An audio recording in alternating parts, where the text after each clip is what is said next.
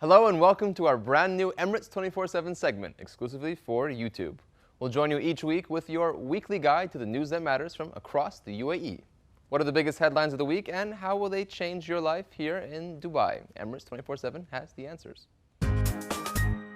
Emirates Airlines has posted record full-year profits today, thanks to a surge in passenger and cargo traffic.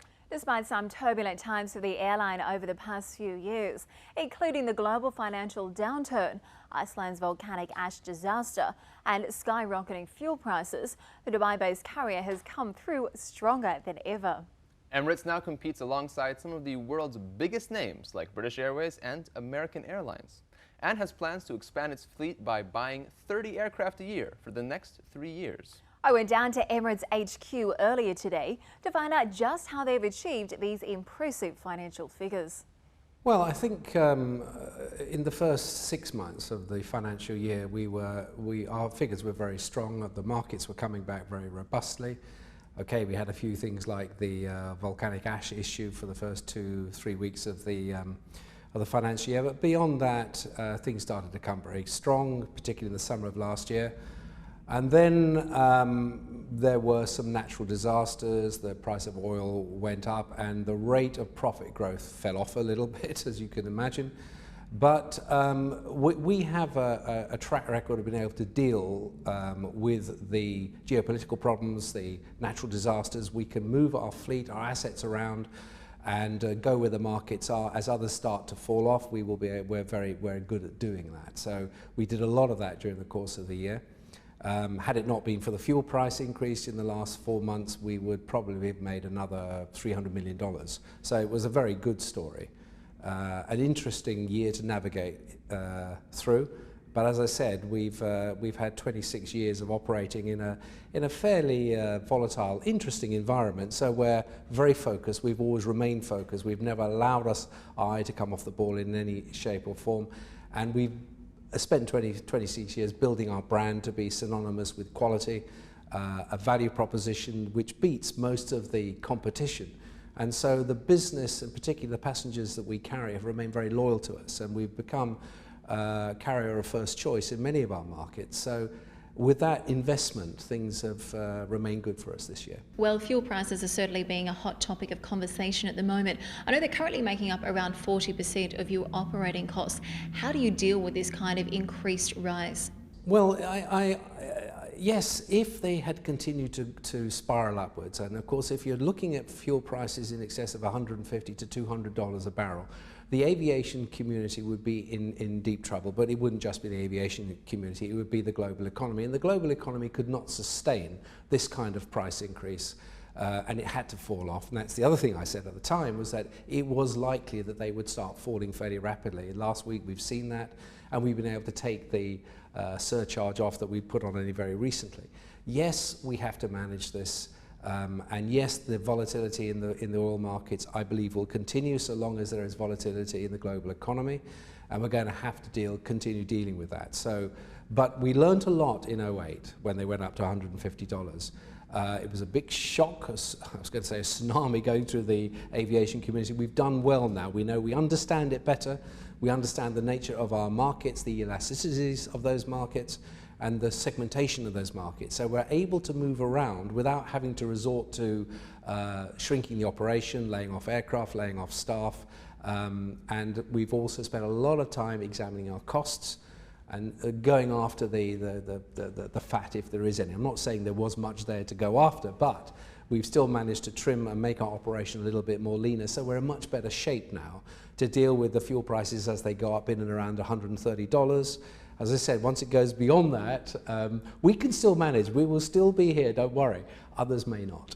Going back to the fuel surcharge, do you think if we could see higher oil prices again, you'd consider adding the surcharge back onto the cost of tickets? It depends how high it goes and for how long. Obviously, there's only so much the community can do. We are not alone in this.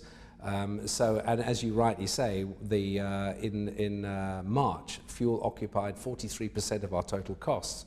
And when you get that element of costs in any business, which are unfortunately uncontrollable, it becomes a very difficult sort of segment of cost to manage. And you can only do so much in your business. So we hope we tough it out. Well, you've recently said that high fuel prices will be the death of us all.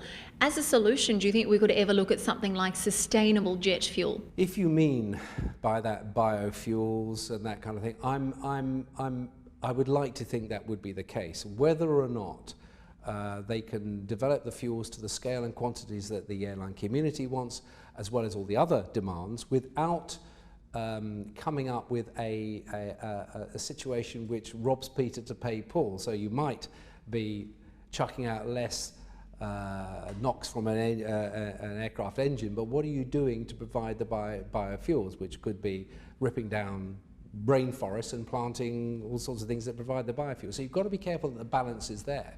The real trick is to get aircraft which are far more fuel efficient than they are today, and believe me, today they are very fuel efficient. That means you have to increase the propulsion technologies, you have to increase the metallurgical technologies through composites, make the aircraft lighter, but at the same time doing what the airline community needs from the manufacturers. And there has been an awful lot of work done, and not enough is said about it as far as we're concerned, because it's a very good story.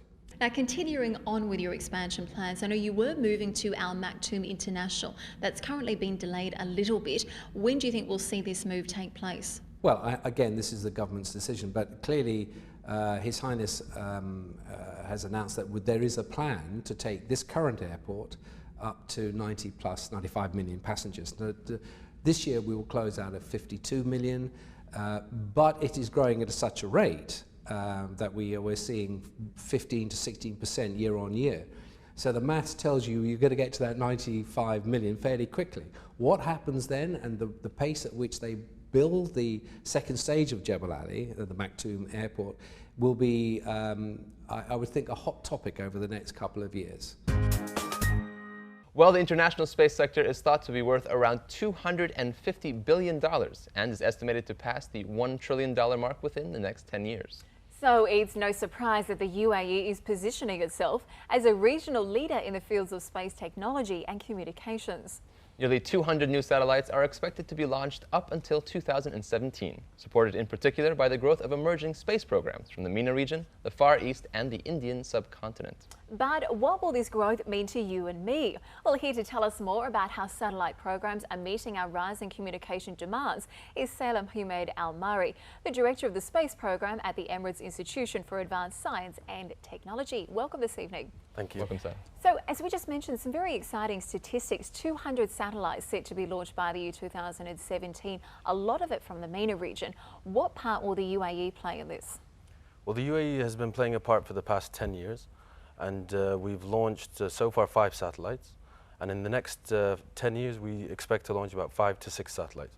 So I think quite a big part, and in all the different types of satellites as well. What types of satellites specifically are we looking at? Well, we have the Earth observation satellites, the telecommunication satellites, and navigation satellites. So we're launching the telecommunication and Earth observation satellites mainly. Very exciting stuff. Now, in terms of cost, though, I mean, we're looking at costs in the millions, sometimes in the billions. Yasat was estimated around 1.6 billion. And I know that the first Dubai sat around $50 million US. How can we expect to recuperate these very high production costs? Well, it really depends on the type of satellite. So if we look at Yasat, it's a telecommunication satellite.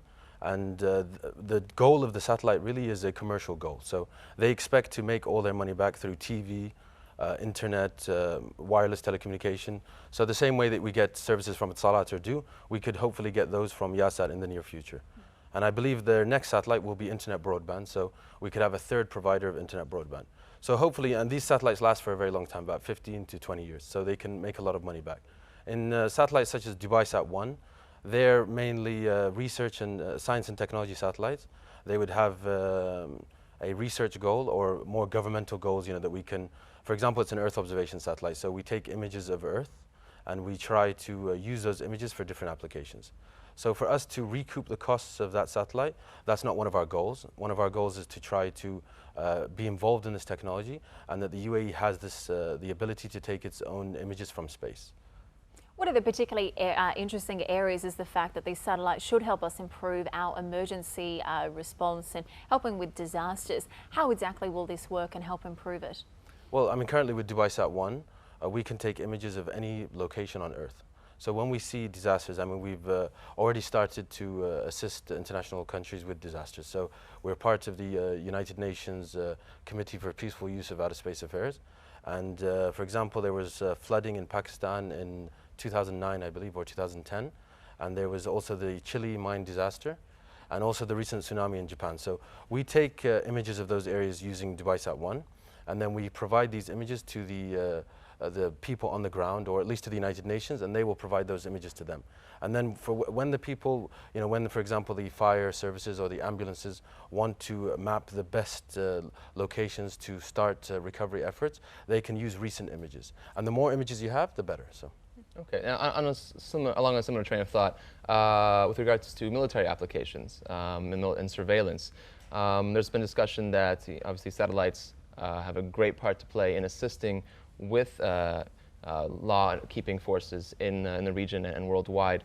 How can we expect satellites to really assist in the peacekeeping and the law-keeping process? Well, again, it depends on the satellite. So many satellites, when you build them, it depends on the stated goal. So some of them would be fully military satellites, some of them would be dual use for civilian and military, and some would be entirely civilian. So when you look at a military satellite, then in terms of imaging, it has to have very high resolution. So when we take an image, we can see a lot of details. So for example, if the UAE military had a very high resolution satellite and they want to look at potential, they want to look at the coast and see if any ships are there, or they want to look at areas of the land to see tanks, then they could easily see that from a surveillance satellite. In terms of a civilian surveillance satellite such as DubaiSat-1, the resolution isn't of the quality that could let you see, for example, tanks or something like that. So those types of satellites are used more for mapping and different things. Such an interesting area, isn't it? It's going to be a busy year ahead for you. I know 2 satellites being launched later this year with DubaiSat. So thank you so much for making time for us today. We really appreciate it. Thank you very much. Pleasure, Saddam. Thank you. That's all we have time for on this special segment of Emirates 24/7 exclusively on YouTube. Feel free to get in touch with us. We'd love to hear your thoughts about all the top stories of the week.